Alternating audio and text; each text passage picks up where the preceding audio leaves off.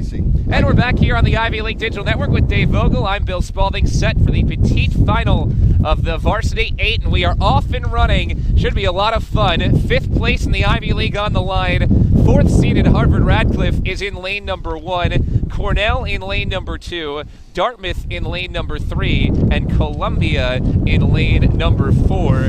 Harvard Radcliffe and Cornell were the ones that just missed out on the grand final. They both finished 3rd in their heats about 2 hours ago. Talk about a quick turnaround for this petite final. 6 a.m. and 6:10 were the preliminaries. Here it is 8 a.m. and we're off and running, Dave, in the petite final. Well, Bill, that raises an interesting question. And you know that at 6 in the morning for the heats, there weren't very many athletes who got up 2 or 3 hours before that just to have some breakfast. Nor was there really time to get any food or fuel in between heats. So my guess is the athletes went for some sort of power bar or perhaps a piece of fruit and concentrated more on the hydration, just getting some water in to replace any fluids, electrolytes they may have lost in the morning heats. But that's one of the things that you come to get used to in rowing. If you're going to row early in the mornings, you've got to figure out how to handle the energy necessary for rowing races. It doesn't take an awful lot of energy. It's sort of like a candy bar's worth in terms of absolute calories, but it certainly takes an awful lot of energy, an awful lot of effort to burn up that small amount of energy in just 6 minutes. And this is still a very important race for Harvard Radcliffe as they came in on the NCAA championship bubble. They're into the grand finals of the 2V and the V4A. The petite final here, a win here could help them state their case, and they have the lead in lane 1 right now ahead of Cornell in lane 2. Bill, they're going to want to win and win in a big way. They're going to want to make a statement with this win. I'm sure they're extremely disappointed at missing out on this grand final. This is the only grand final that Harvard missed out on. They're rowing at 34 strokes a minute. They're out on the lead, but they're not going to let up. They are going to push this one all the way to the end. That Harvard Radcliffe Varsity 8 boat coxswain by sophomore Katie Felsheim, stroked by Sophia Danica. And one of the key rowers sits in seat number 4, senior Mary Carmack. She was a member of the U.S. U23 national team last year. Also junior Kelsey Barilak, sophomore Catherine Playfair, freshman Teresa Rokos, sophomores A.B. Elgrim, and senior Lauren Tracy for Harvard Radcliffe. They have the lead, but look at Columbia on the outside in lane 4 with a very good effort so far. Columbia is really throwing it down. Columbia rowing at 36 strokes a minute. They're a couple of beats above Harvard. Columbia finished last in its heat in the opening race today at 6:10, but here they are ahead of Dartmouth, who beat them in a preliminary heat, and ahead of Cornell as well. They're level with Harvard. They're only 3 feet behind Harvard. That Columbia 8, coxswain by a senior Aisha Baliga, junior Emerald Smith is the stroke, senior Madeline O'Brien in seat 7, also joined by Lily DeBote, Charlotte Buck, Carly Tashjian, Colleen Condon, Hannah Judge, and Madeline Lawn. Well, Columbia, when they saw that who they were up against in the morning heats, they probably realized that they weren't going to beat nationally ranked crews to make it to the final. So this is their statement. They knew they were going to be in this final, and they are going out to win it, and they are really giving Harvard everything that Harvard could possibly want in terms of competition.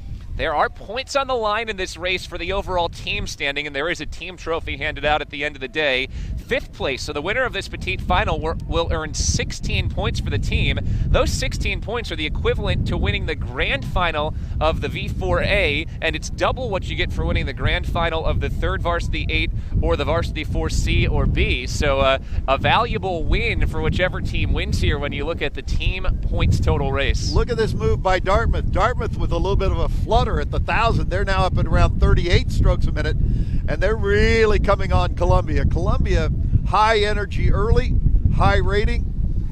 Dartmouth threatening to overtake 2nd place.